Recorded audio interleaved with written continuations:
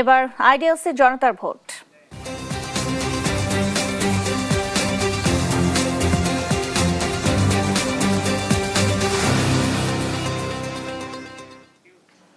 মুক্তিযুদ্ধে বিরোধিতার জন্য ক্ষমা চাওয়ার পরই জামায়াতকে ভোট চাইতে বললেন বিএনপি মহাসচিব মির্জা ফখরুল ইসলাম আলমগীর।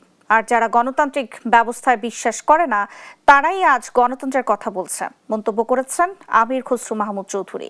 আর আগামী নির্বাচন ভাগ্য বদলের বললেন সালাউদ্দিন আহমদ। সহকর্মীদের তথ্য ছবিতে আরো জানাচ্ছেন শামীম হোসেন।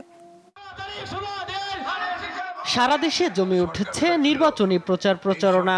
ঠাকুরগাঁও ১ আসনের গড়েরা ইউনিয়নে বৃহস্পতিবার সকালে প্রচার চালিয়েছেন বিএনপি মহাসচিব মির্জা ফখরুল ইসলাম আলমগীর। এই সময় জামায়াতে ইসলামীকে মুক্তিযুদ্ধের সময়ের ভূমিকার জন্য ক্ষমা চাওয়ার আহ্বান জানান তিনি।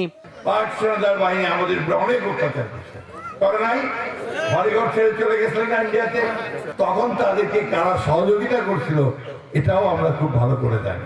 মাপ চাইছে এখন পর্যন্ত ৭১ সালের জন্য মাপ চাই। ৪০ বছর ধরে অসংখ্য খুশির মিছিলে ছিল আইডিএলসি, থাকবে আগামীতেও। মাপটা চান, বলে যে ভুল করছি এই সময়, তারপর জনগণের কাছে বলেন এবার আমাদেরকে কিছু ভোট দেন। এর আগে কক্সবাজার ১ আসনে গণসংযোগ করেন বিএনপির স্থায়ী কমিটির সদস্য সালাউদ্দিন আহমদ। এ সময় তিনি বলেন, আগামী নির্বাচনে দেশের ভাগ্য বদল হবে। আগামী ১২ ফেব্রুয়ারি যে নির্বাচন হবে, এই নির্বাচন হচ্ছে বাংলাদেশের একটি ভাগ্য পরিবর্তনের নির্বাচন, বাংলাদেশের গণতান্ত্রিক শক্তিশালী রাষ্ট্র বিনির্মাণের নির্বাচন। সুতরাং এই নির্বাচনে আপনারা সকলে অংশগ্রহণ করবেন। এদিন চট্টগ্রাম ১১ আসনে গণসংযোগ করেছেন আমির খসরু মাহমুদ চৌধুরী। বলেন, যারা গণতান্ত্রিক ব্যবস্থায় বিশ্বাস করে না তারাই আজ গণতন্ত্রের কথা বলছে।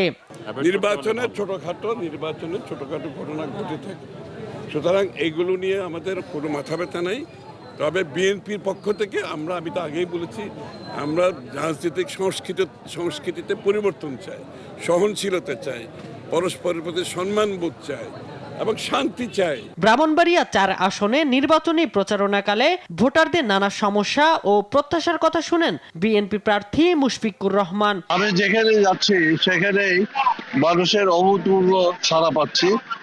আর তারা যেভাবে আমাকে গ্রহণ করেছে, তাদের ভালোবাসা যেভাবে দিচ্ছেন আমাকে, তাতে আমি মুগ্ধ এবং তাদের কাছে আমি ঋণী। বিএনপি জনগণের কল্যাণে কাজ করবে বলে জানান নরসিংদী ১ আসনের বিএনপি প্রার্থী খায়রুল কবির খোকন। বান্দরবানে প্রচারণায় সরব ধানের শীষের প্রার্থী শাসিংপ্রু জেরি।